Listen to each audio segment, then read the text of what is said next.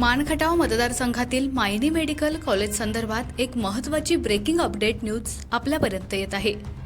Mayani medical कॉलेजच्या Covid घोटाळा प्रकरणात संपूर्ण संचालक मंडळावर वडूज पोलीस ठाण्यात गुन्हा दाखल करण्यात आलाय।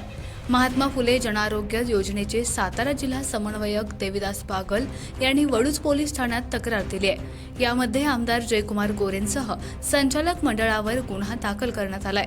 याचिकाकर्ते दीपक देशमुख यांनी आमदार जयकुमार गोरे यांच्या विरोधात मुंबई उच्च न्यायालयात याचिका दाखल करून मृत रुग्णांच्या नावे महात्मा फुले जनआरोग्य योजनेमधून कोट्यवधी रुपये हडपल्याचा आरोप केला होता। त्यानुसार न्यायालयानं आमदार गोरेंविरोधात कठोर भूमिका घेत वडूज पोलिसांना चांगलंच फटकारलं होतं।